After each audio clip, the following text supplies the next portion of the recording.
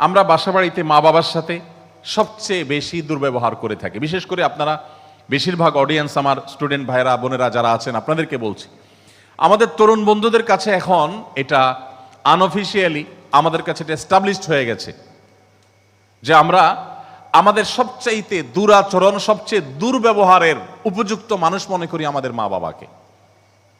সবচেয়ে বেশি যাকে ঝাড়ি দিয়ে কথা বলা যায়, যাকে সবচেয়ে বেশি রাগ করে কথা বলা যায়, যার সাথে যা তা ব্যবহার করা যায়, সেটা হলো আমাদের মা বাবা। শুধু মা বাবাই নয়, আমাদের দাম্পত্য কলহ দিন দিন যেভাবে বেড়ে চলেছে, ঢাকায় প্রতিদিন যে হারে বিবাহ হচ্ছে ঠিক তার সাথে সমান্তরালভাবে বিবাহ বিচ্ছেদ হচ্ছে। পত্রিকার পাতা খুঁজলে, গুগল করলে আপনি দেখতে পাবেন।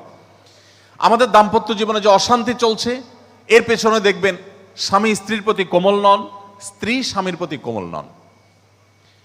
আমাদের সমাজে যত অস্থিরতা চলছে, যত ফেসাদ চলছে, যত ব্যত্যয় চলছে, যত সমস্যা চলছে, এই সমস্যাগুলোর পেছনে মৌলিক যত কারণ আছে, এর ভিতরে একটা হলো আমাদের আচরণগত, আমাদের কর্মগত, আমাদের উক্তিগত এই জায়গাগুলোতে কোমলতার বড় অভাব চলছে।